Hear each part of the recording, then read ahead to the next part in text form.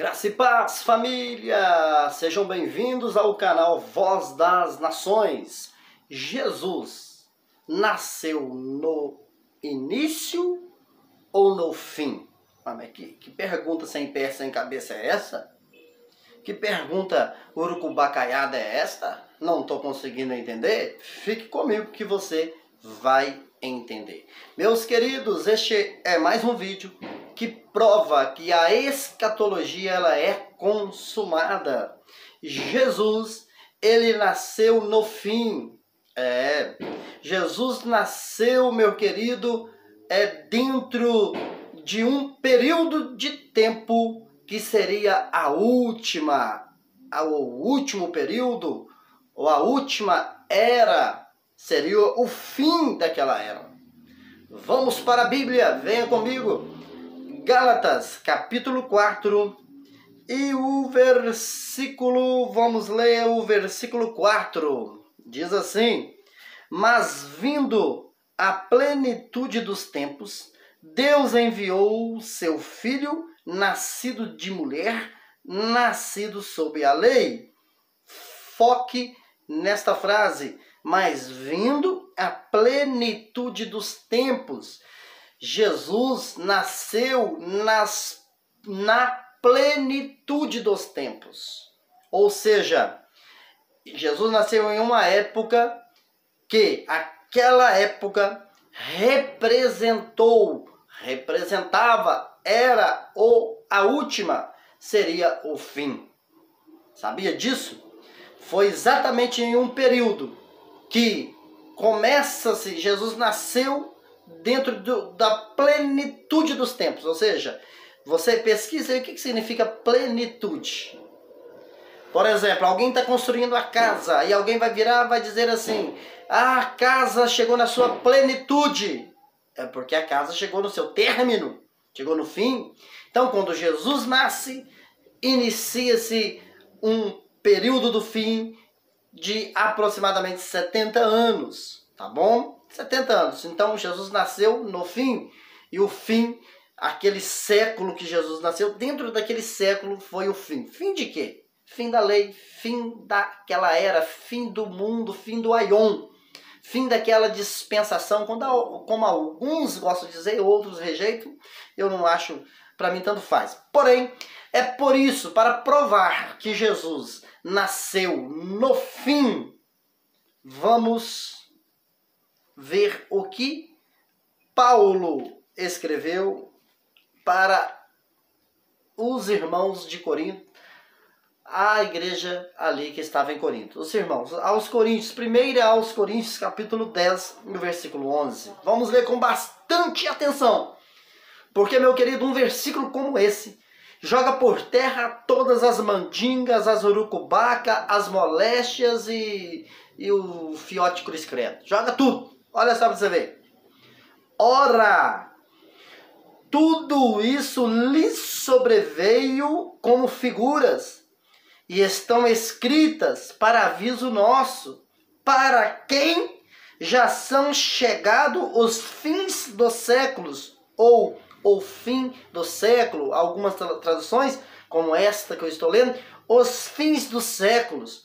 Meu querido, você acredita que os doutores, os PhDs, não conseguem entender o básico do básico do básico do básico?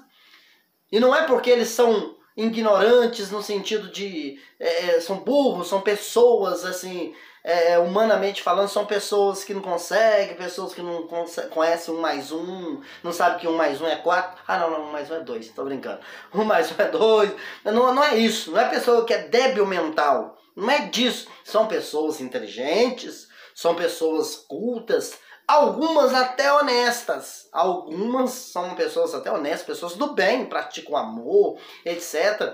Porém, o véu da religião faz com que os doutores não conseguem enxergar, ver algo que é tão simples. Quando você, por exemplo, entende que Paulo está mandando uma carta para os irmãos ali de Corinto, para os coríntios, aquela igreja ali. Quando você entende, é Paulo escrevendo para os coríntios. Beleza. Você lê de novo, olha só. Ora, tudo isso lhes sobreveio como figuras. Vamos lá. Tudo isso lhes sobreveio. Ou seja, igreja de Corinto, sabe o que essas situações que estão acontecendo? Sabe o que? Só você ler o contexto para saber o que Paulo está falando. Só você ler os versículos anteriores. Aí, Paulo, tudo isso lhes sobreveio, igreja de Corinto, né? Eu e você que estamos aqui em 2021, não. Olha só, no século 21, melhor dizendo. Estamos no século 21. Nós já estamos, meu irmão, há quase 2000 anos para frente. Tá entendendo? Então, não é lhes sobreveio para a igreja do século 21. É lhes sobreveio para a carta em qual foi destinada. E estão escritas para aviso nosso. Para aviso nosso. Os doutores, quando lê isso aqui para igrejas, para as denominações, para o juntamento de pessoas, sabe o que eles falam? Viu, para aviso nosso, meu e seu, Joãozinho.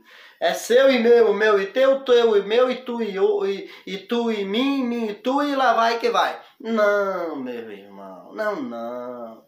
Não faz isso não. Isso é feio. Isso é feio.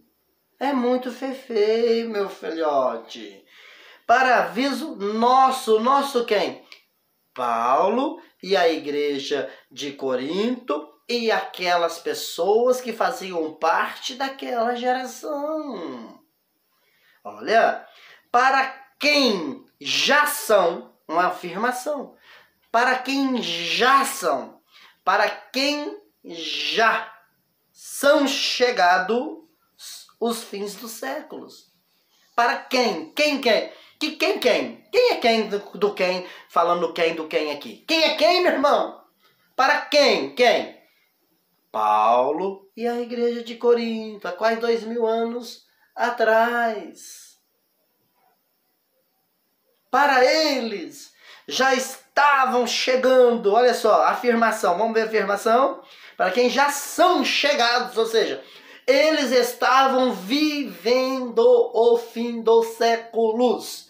Eles estavam vivendo o fim do mundo. Eles estavam vivendo o fim do Aion, o fim daquela era. Aquele fim que Jesus falou em Mateus capítulo 24 e o versículo 3. Eles estavam vivendo.